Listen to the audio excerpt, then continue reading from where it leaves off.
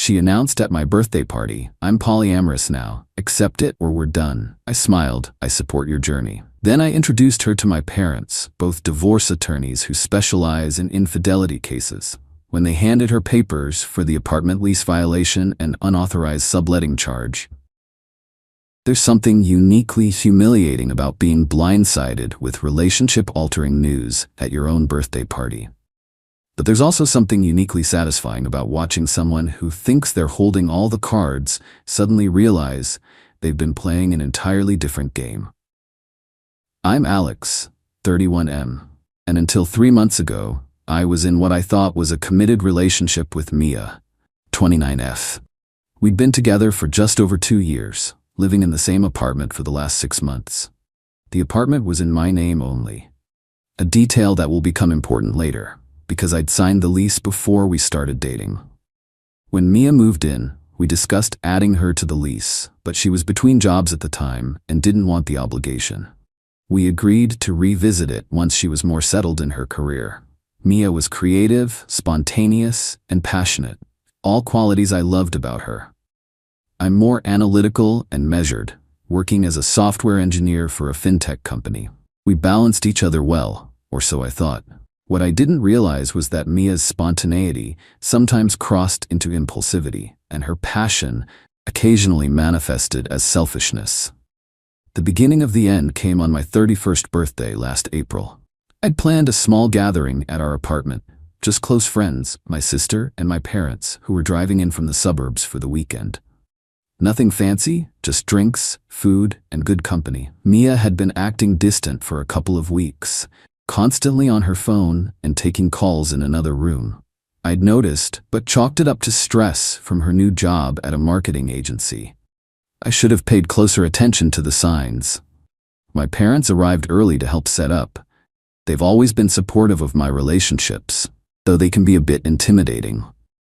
Both successful divorce attorneys with a small but prestigious firm, they've seen the worst of human behavior and have a finely tuned radar for bullshit.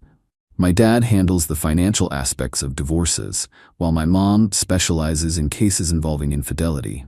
They're a formidable team professionally, but they're also loving, protective parents who generally try not to bring their work into personal matters. The party was going well. Friends had arrived, drinks were flowing, and I was having a good time despite Mia's obvious distraction. She kept checking her phone and glancing at the door. Around 9 p.m. the doorbell rang, and Mia practically sprinted to answer it. She returned with a tall, bearded guy I'd never seen before. "Everyone, this is Julian," she announced, her hand resting on his arm in a way that was unmistakably intimate. The room went quiet. I stood there, birthday drink in hand, completely confused. "Julian's a colleague from work," she continued, either oblivious to or ignoring the tension. "We've been spending a lot of time together recently." My friend Dave, never one for reading a room, awkwardly offered Julian a beer. As the party attempted to resume, Mia pulled me into our bedroom. "We need to talk," she said, her voice firm but excited. "I've been doing a lot of self-discovery lately, and I've realized something important about myself." My stomach dropped. I knew whatever came next wouldn't be good. "I'm polyamorous, Alex. This is who I truly am. I've been fighting it for years, but meeting Julian helped me understand myself. He's polyamorous too, and he's helped me see that I can love multiple people at once." I stared at her, trying to process what she was saying. "So, you brought a guy you're sleeping with to my birthday party to tell me you want an open relationship?" She frowned. "It's not just about sex.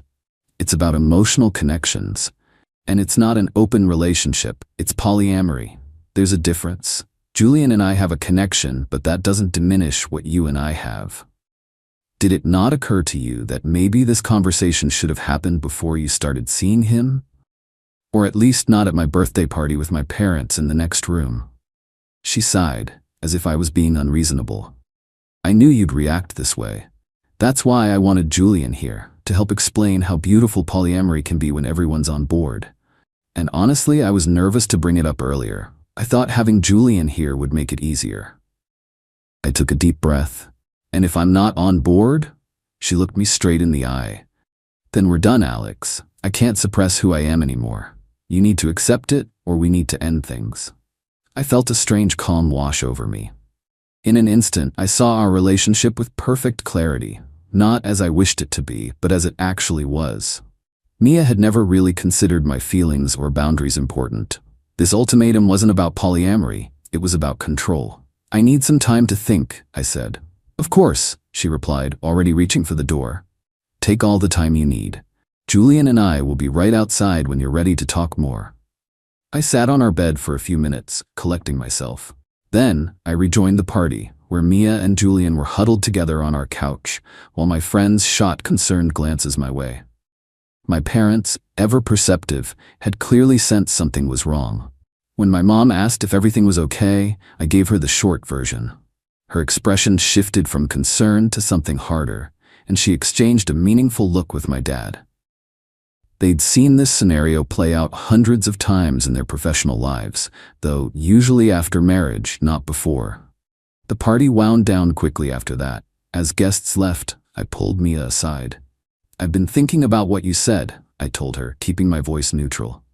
"If this is really who you are, I don't want to stand in your way." Relief washed over her face. "Thank you for understanding, Alex. This doesn't have to change things between us. It can make us stronger." Julian is actually looking for a place to stay right now. His lease is ending in a few weeks, and he's having trouble finding something affordable. I was thinking he could crash here sometimes while he apartment hunts. The audacity was breathtaking, but instead of arguing, I simply nodded. "We should all sit down and talk about expectations and boundaries. Why don't you both come over for dinner tomorrow night? My parents will still be in town. They can join us." She hesitated. "Your parents?" "I'm not sure that's the best idea for our first polyamory discussion." "They're important to me, Mia. If this is going to work, everyone needs to be comfortable with each other." She couldn't argue with that without revealing her true intentions, so she reluctantly agreed. That night, as Mia slept, or pretended to sleep, beside me, I lay awake planning my next steps. I wasn't interested in polyamory. Not because I think it's wrong, but because it wasn't what I wanted for myself. More importantly, I wasn't interested in being with someone who would ambush me with life-changing decisions and ultimatums. The next morning, while Mia was in the shower, I spoke privately with my parents. "I need your help," I told them. "Not as my parents, but as people who understand relationship dynamics and boundaries." Over coffee, I explained the situation in detail. How Mia had moved in without being added to the lease. How I suspected she'd been bringing Julian to our apartment while I was at work. I'd noticed unfamiliar items appearing and disappearing, and our doorman had casually mentioned Mia's friend had been around several times. How she'd announced her polyamory as a fait accompli, not as the beginning of a discussion. My parents listened carefully, occasionally asking clarifying questions. Then my father asked the question that mattered most. "What do you want, Alex?" "I want out," I said without hesitation. "But I want to do it right."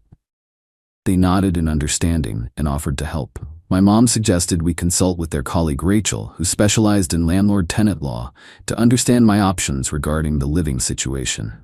One quick call later, and Rachel had provided some initial guidance. Since Mia isn't on the lease, but has lived there for 6 months, she's established tenancy rights in most jurisdictions, Rachel explained over the phone. However, if she's violating the terms of your lease by bringing in another occupant or subletting, that gives you grounds to address the situation formally. Armed with this information, my parents and I reviewed my lease agreement together. Sure enough, there were clear provisions about unauthorized occupants and subletting. The dinner that evening was a masterclass in professional civility. My parents welcomed Julian warmly, asking about his work and interests, as if this were a normal meeting of friends.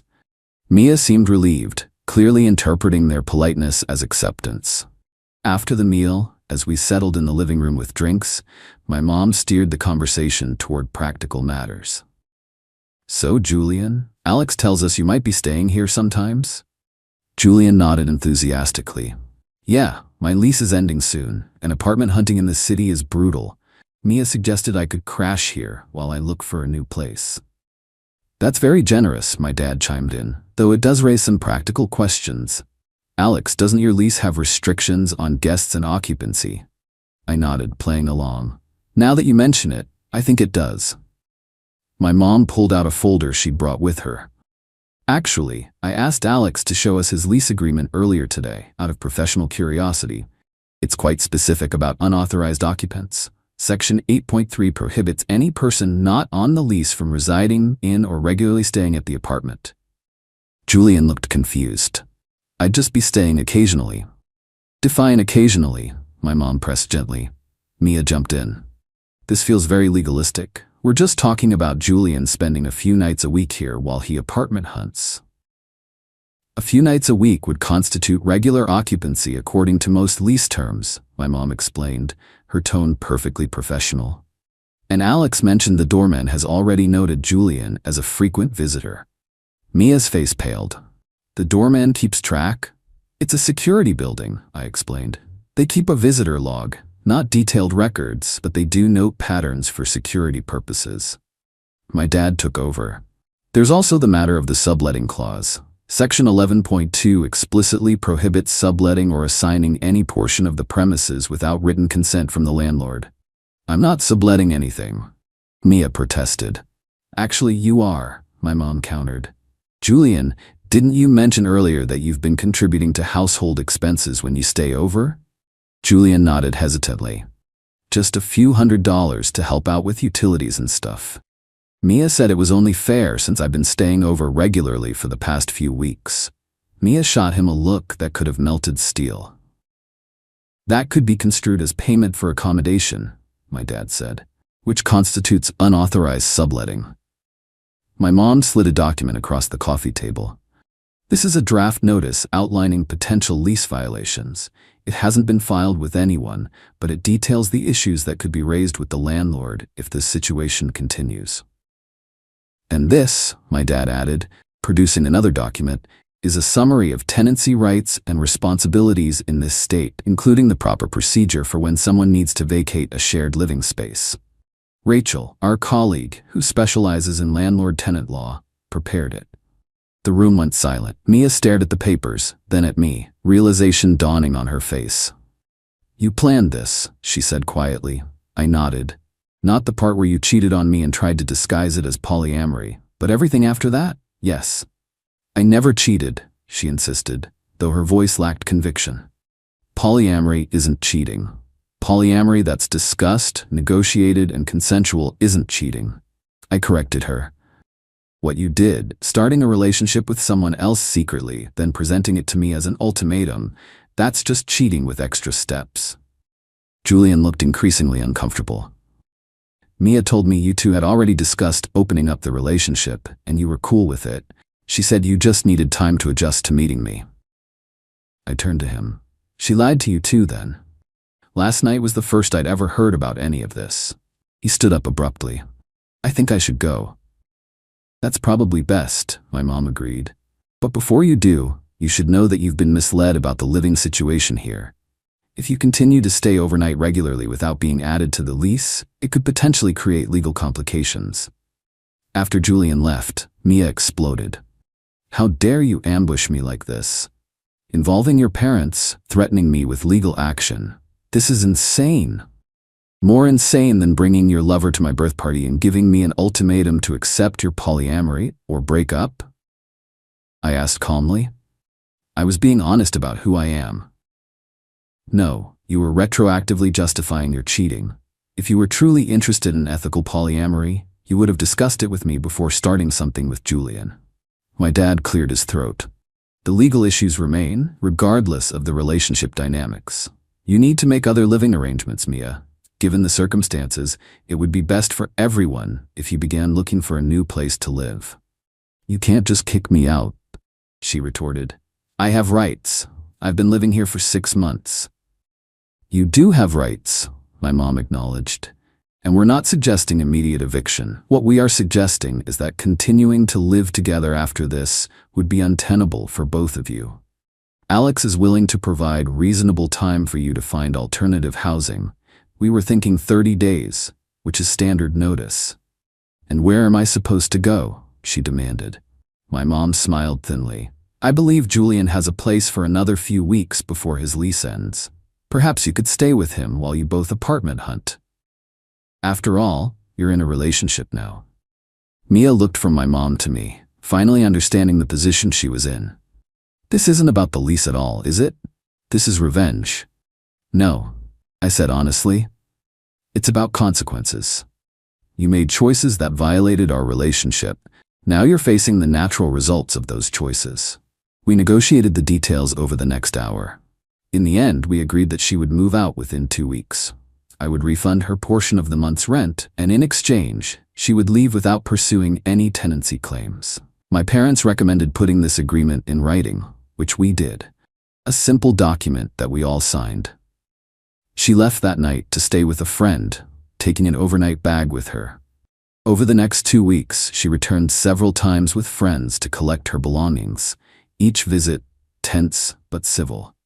My parents stayed in town for the weekend as planned, but checked in regularly by phone to make sure things were progressing smoothly. Julian, to his credit, reached out to apologize after speaking further with Mia. She finally admitted she never talked to you about any of this before starting something with me, he wrote. I would never have gotten involved if I'd known.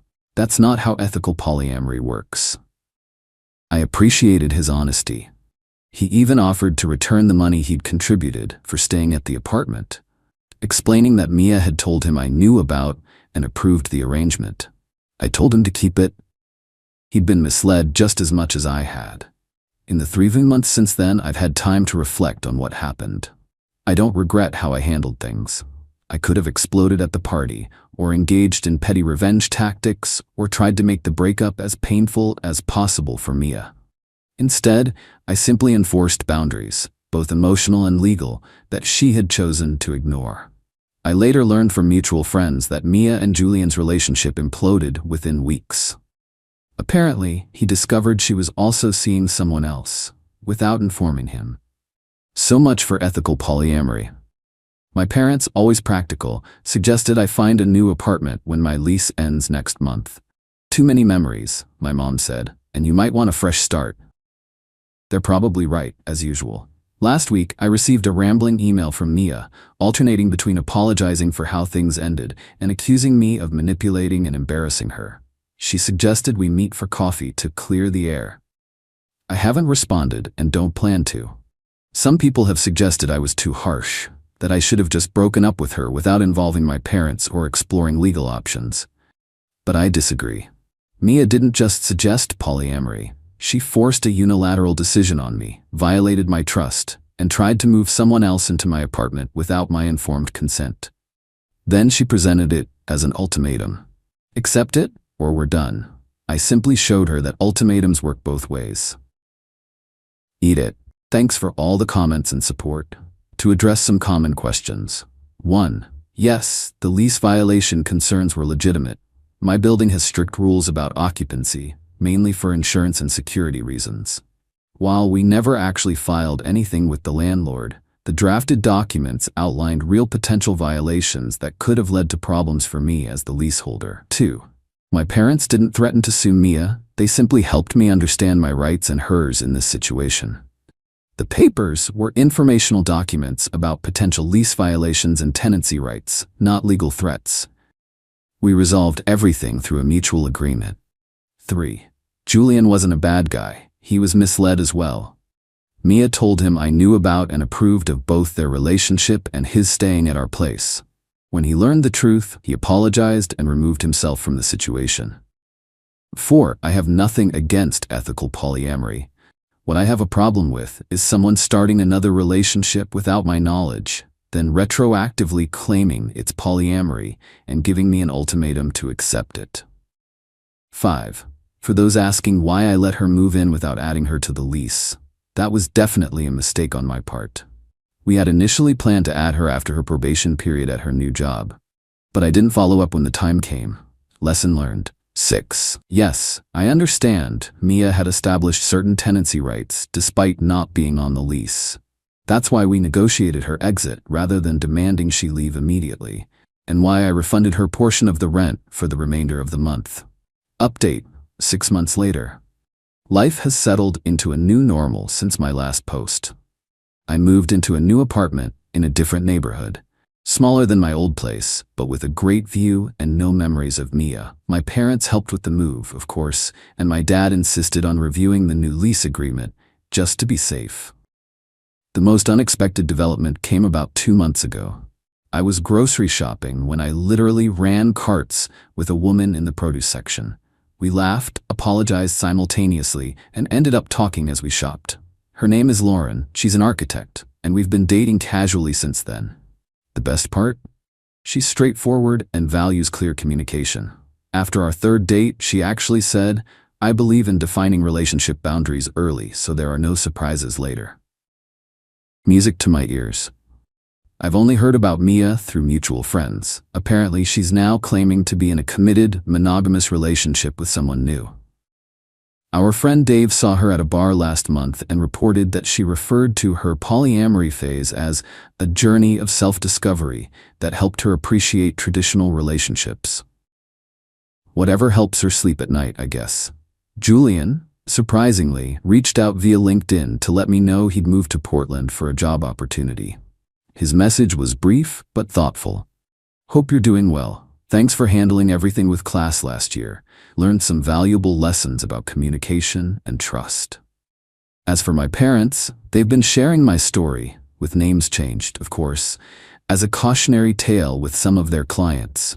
My mom called recently to say they've seen several cases involving partners suddenly declaring themselves polyamorous after being caught in questionable situations.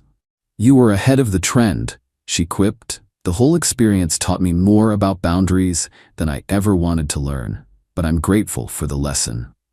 I've become more assertive about my needs and expectations in relationships and more attentive to early warning signs of dishonesty. Sometimes I wonder if I could have handled things differently with Mia. Maybe a private conversation instead of the dinner ambush?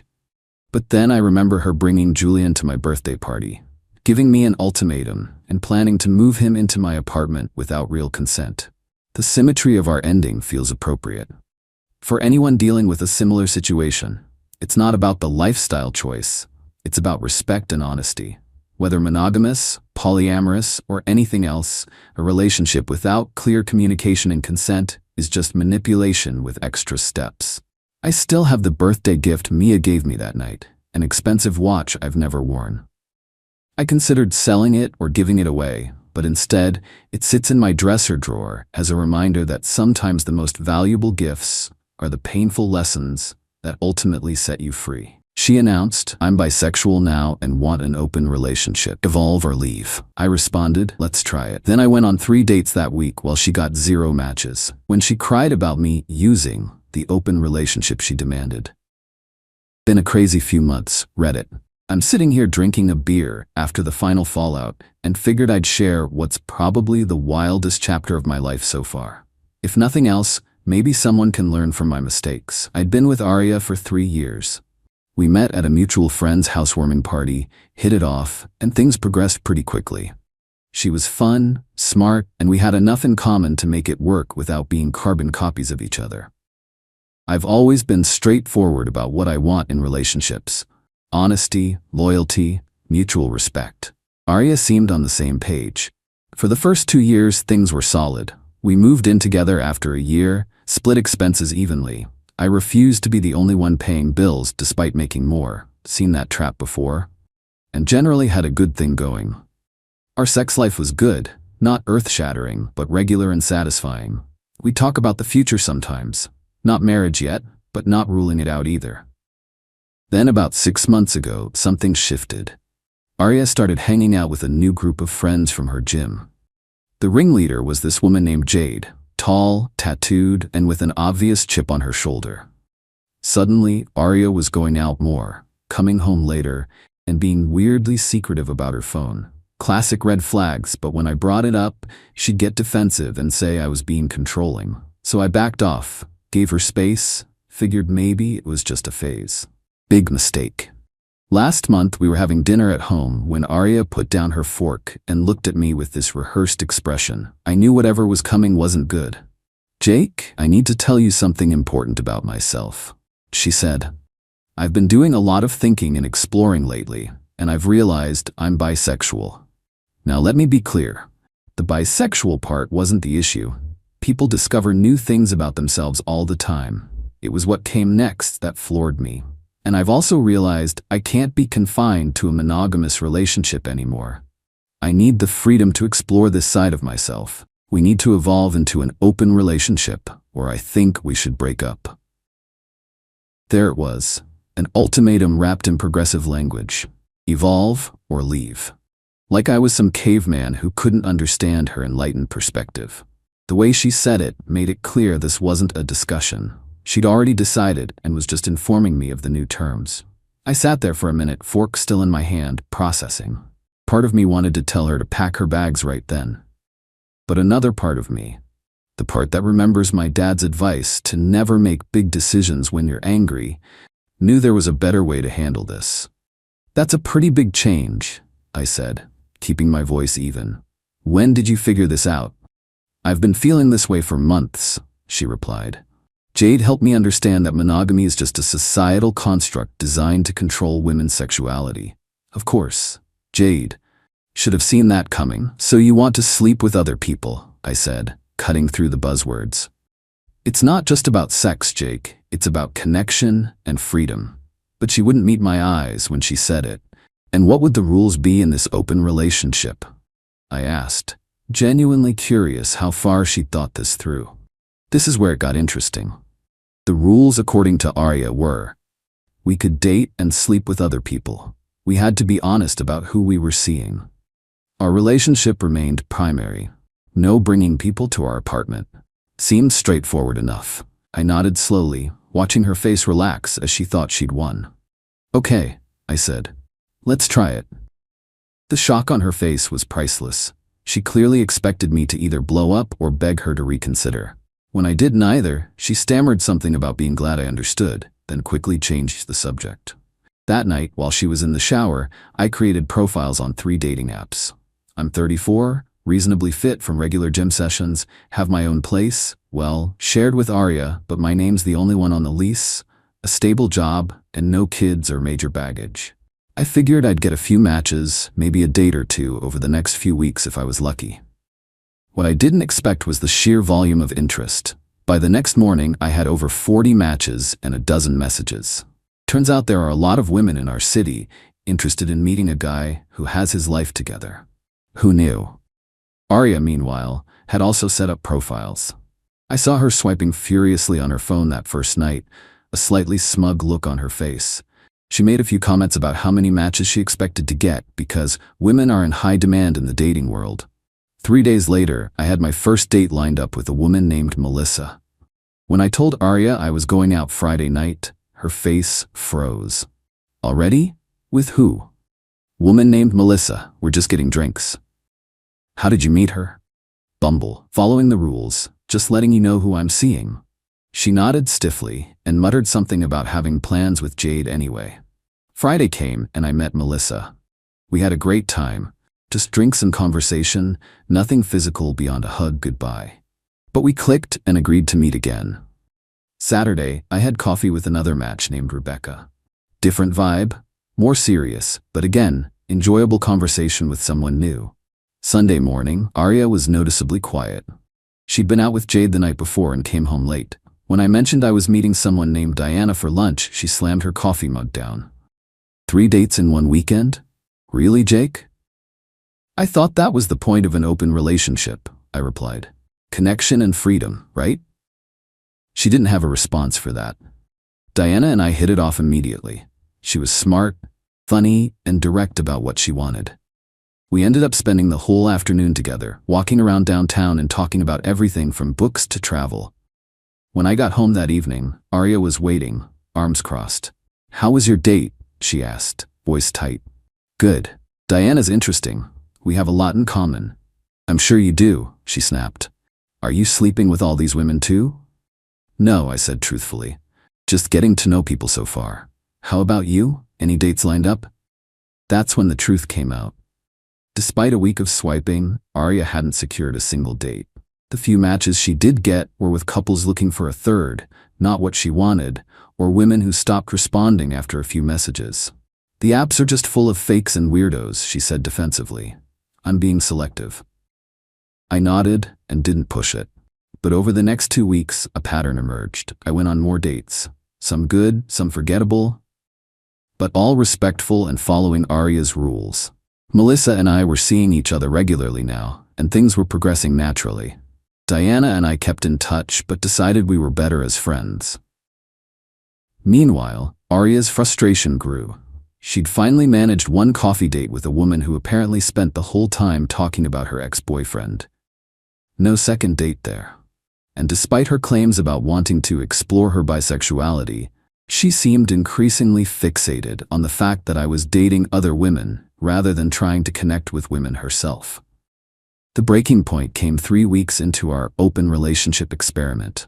I was getting ready to meet Melissa for dinner when Arya came into the bedroom, eyes red. "This isn't working," she said. "What isn't working?" I asked, though I knew exactly what she meant. "This open relationship, you're just using it to replace me." I stopped putting on my watch and turned to face her. "Replace you? I'm following the exact rules you set up.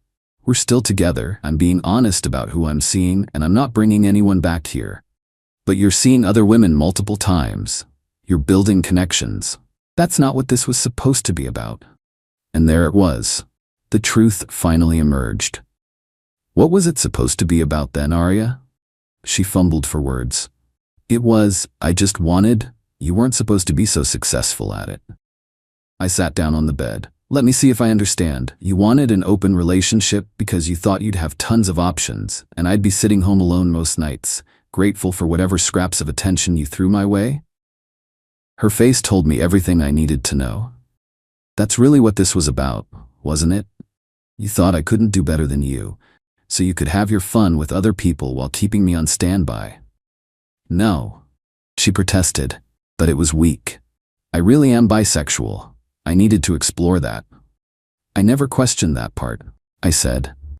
"But you could have explored it through conversation, therapy, or even just asking if we could have an honest discussion about what you were feeling. Instead, you gave me an ultimatum disguised as enlightenment."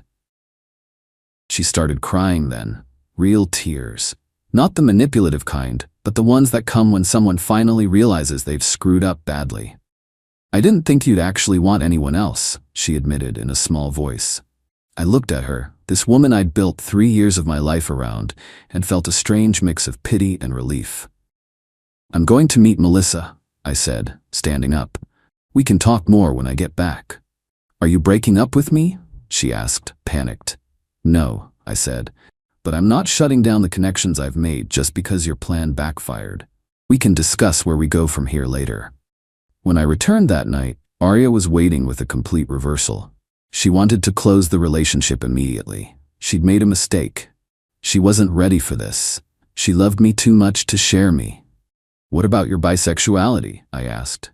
"Your need for freedom?" "I can explore that in other ways," she said quickly. "I don't need to date women to know who I am." I agreed to think about it and went to bed, my mind clearer than it had been in months. The next day, I checked our cell phone records, were on a family plan I pay for, and noticed dozens of texts to a number I didn't recognize from before her big revelation. A quick social media search confirmed my suspicion. It was a guy from her gym. Someone she'd never mentioned. That evening, I laid it all out. The mysterious texts, the timing of her sudden bisexuality, the convenient excuse to open the relationship. "Were you already seeing him when you asked to open our relationship?" I asked directly. Her silence was my answer. "So the whole bisexual angle was what exactly? Cover for the fact you were already emotionally cheating with gym guy?" "It wasn't like that," she protested. "I am attracted to women too. But yes, I had feelings for Ryan and I didn't know how to handle it." "You could have broken up with me," I said. "Instead, you tried to have it all while assuming I'd be too pathetic to attract anyone else." More tears, more apologies, promises to cut contact with Ryan, to work on our relationship, to prove herself trustworthy again. But some bells can't be unrung. "I'll be moving out," I told her. "You have 2 months to either find a new place or take over the lease. I'll sleep on the couch until then." "You're leaving me for Melissa?" she accused, anger replacing tears. "No, I'm leaving you because you lied, manipulated me, and would have cheated if your plan had worked out. Melissa is a separate issue." That was 2 weeks ago. Arya has been cycling between begging me to reconsider and accusing me of betraying her by continuing to see Melissa. Jade came by once to talk sense into me. That conversation ended when I showed her the text history, proving Arya's interest in Ryan predated her bisexual awakening. Yesterday, Arya finally signed papers to take over the lease. I found a new place closer to work and will be moving out next weekend. Melissa and I are still dating, taking things slow and being honest about where we stand. The irony isn't lost on me. Arya's ultimatum to evolve or leave ended with me evolving my understanding of what I want in a relationship and ultimately leaving anyway. The beer's empty now, and this post is long enough. Thanks for letting me vent, Reddit. Life's too short to be someone's backup plan. Edit. Since many have asked, Arya finally admitted that she and Ryan had kissed twice before her open relationship proposal, but claims it never went further. Whether that's true or not doesn't really matter at this point. The intent and deception were enough. Edit 2. For those suggesting I led Melissa on, she knew from day one that I was in an open relationship that had just started. I was completely transparent about my situation. When things changed with Arya, I gave Melissa all the facts and left it up to her whether she wanted to continue seeing me. No deception there. Edit 3. No, I don't feel bad about using the open relationship against Arya. She set the rules, I followed them. That the outcome wasn't what she expected isn't my problem. Update. 1 month later. It's been about a month since my original post, and since so many people asked for an update, here it is. First off, I'm fully moved into my new place. It's smaller than the apartment I shared with Arya, but it's all mine, and the location cuts my commute in half. Win-win. Moving day was awkward. Arya oscillated between cold silence and tearful pleas, but I stayed focused on getting my stuff out efficiently. In the weeks before I moved, Arya tried everything to change my mind. The highlight was her claiming she'd been influenced by Jade and wasn't thinking clearly when she proposed opening the relationship. She even showed me texts where she'd told Jade off and ended their friendship. Too little, too late.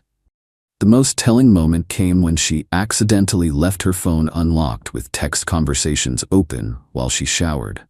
Classic move.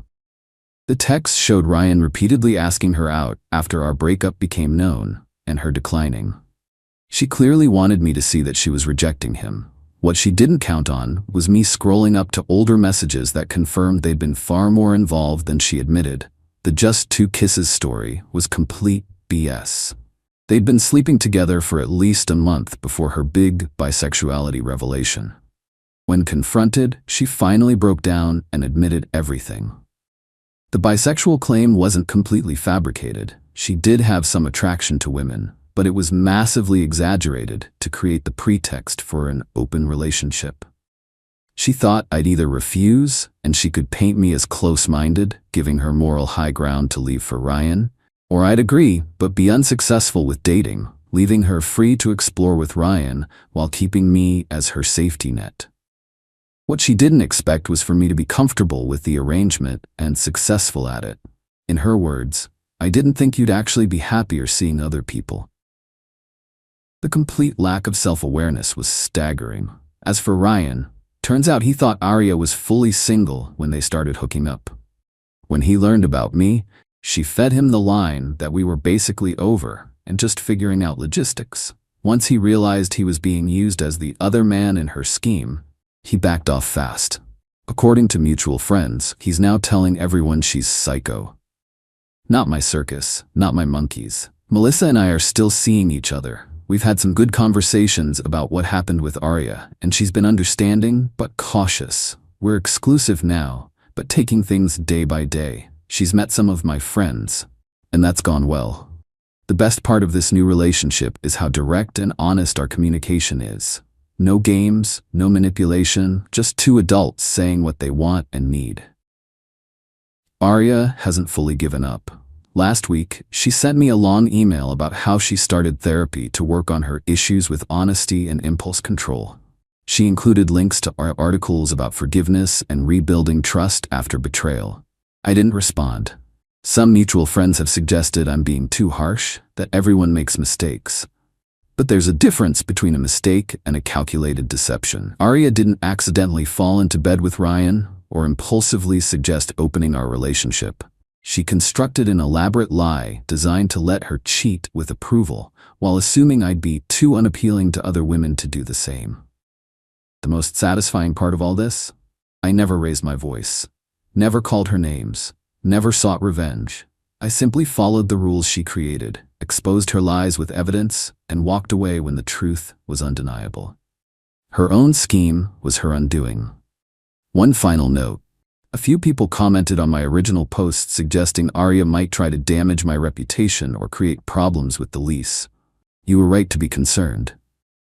She accidentally damaged some of my things during the move.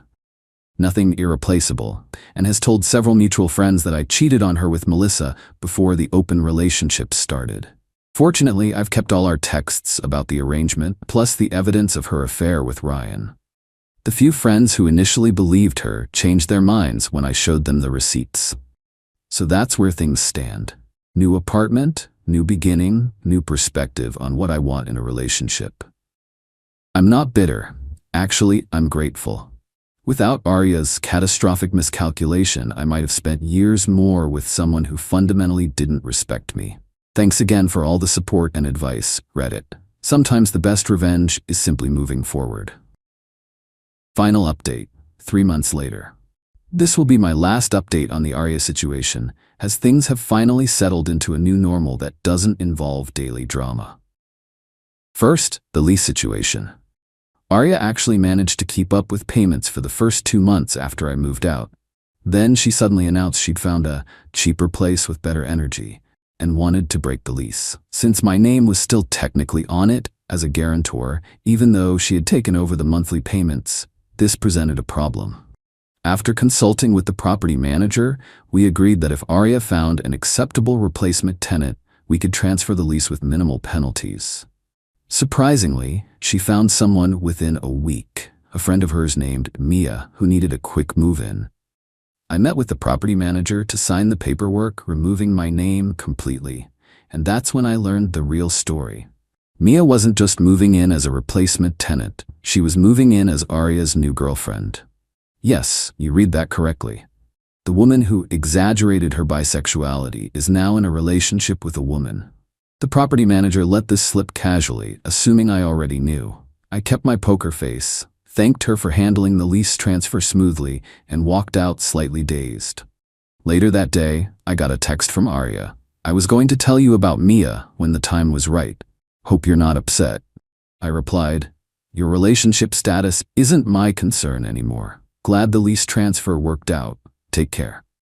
She said back a long paragraph about how meeting Mia had helped her truly understand her sexuality, how she regretted hurting me but believed everything happened for a reason, and how she hoped we could be friends someday.